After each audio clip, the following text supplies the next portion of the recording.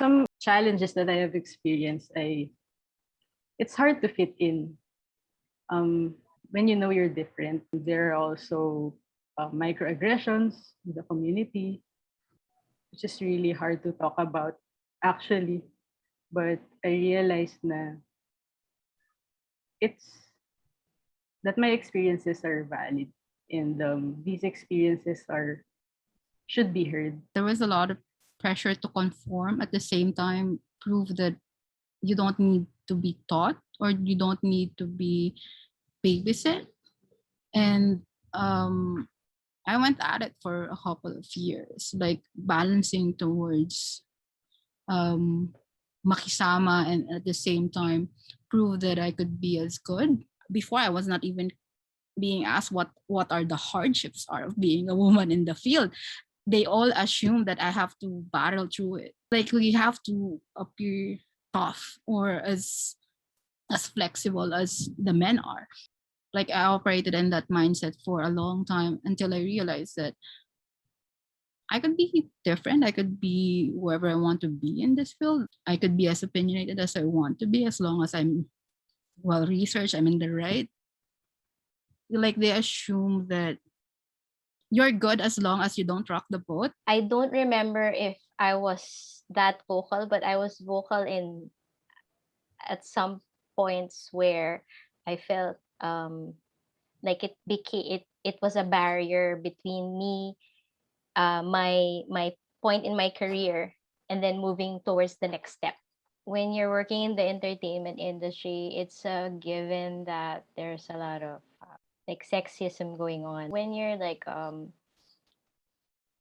guess a 19 or 20-year-old who comes to gigs, and like you introduce yourself as a photographer, it doesn't immediately compute for a lot of people. And even though I've already worked, like for example, like 3 or 4 years into it, I would like really overhear conversations about women in the scene always being regarded as groupies. You also have to be careful when you're, I guess, that young, and you're trying to establish a name for yourself, because doing what I did back then, I needed people to respect me because I wanted to do this long term.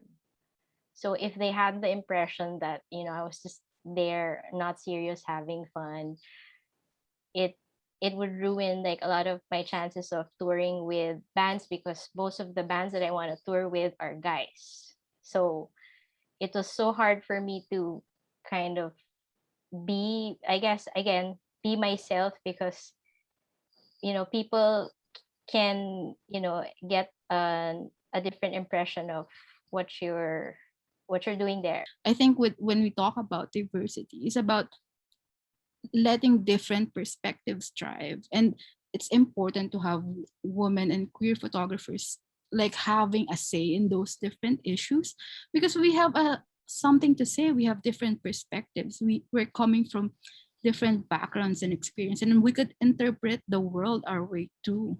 Because like when you look at the history of photography, most of it are men. Like look at the most powerful photographs in the world, like majority of it shot by men. And until now, that kind of visual literacy is still dominant. Na-feel ko yung importance ng women and queer representation in photography. Lalo na nung nagsisimula ako, kasi yun nga, parang yung works na usually inaaral, usually nakikita mo sa media is produced by men. And I wondered then na parang, para sa akin ba tong industry na to? Papasukin ko ba to? May space ba ako dito? Parang may opportunity kaya ako na maukuha. Here in the Philippines, medyo mahirap. Nahihirapan ako makahanap ng support, particularly for a queer photographer like me. Dahil sino pa yung magkukwento nun kung kung hindi ako na naka-experience nun, kung hindi ko ikakwento. So I think from my experience, nasabi ko na ganun siya ka-important. May ibang perspective na hindi hindi ko gusto sabihin na hindi ma-access ng mga lalaki, pero how they're comfortable around you. Kasi alam nila na part ka ng LGBT community. Nag-open up sila sa akin kasi nakita nila na alam nila na maintindihan ko. And dito yung mga stories na hindi natin usually naririnig. Ito yung mga angle na na-miss out natin often.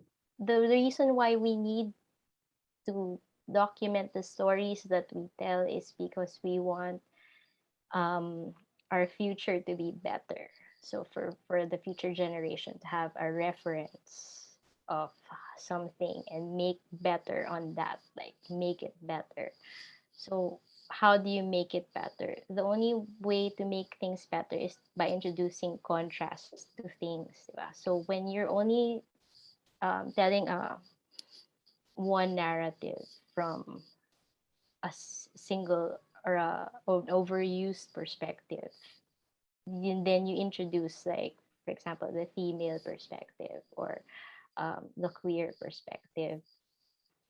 It branches out into like more dimensions, like a deeper story. It becomes like doors that, you know, other people who can probably relate to that particular angle can open up to, and then it opens up more and more stories. The scene evolves because we are fed with information from different perspectives that people would pay attention to because, you know, they can see some of the things that they can relate to in some of it.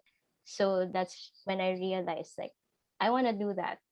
I want to be a girl documenting. I want to be able to hold my ground in a sea of masculinity. And it's not even an issue. I think yung message ko to my younger self is to just keep it real, 100%. Ang dali niya sabihin no? Yung be yourself, love yourself. Pero as you grow older, doon mo may realize na meron akong mga experiences na hindi ko pinahalagahan yung sarili ko. Parang, ay, minaliit ko yung pinagdaanan ko, ganyan. And I feel like it shouldn't be that way. I lived so much of like my early years just trying to kind of wow, allow myself to be belittled by the men I worked with or the men like I've encountered, and just because I thought that was the only way forward, and it just took so much from who I was. I think I could have had so much more fun if I didn't like try to like conform. I think looking back, it was impossible to survive without conforming a little, right? It's always ask of you to bend a little, like be flexible, even if you don't want to, because that's how you get your foot in the door. But I think I would be more of like be critical of of what advice you want to take in, what advice you don't need, and just get to know yourself better rather than listen to what others want you to be.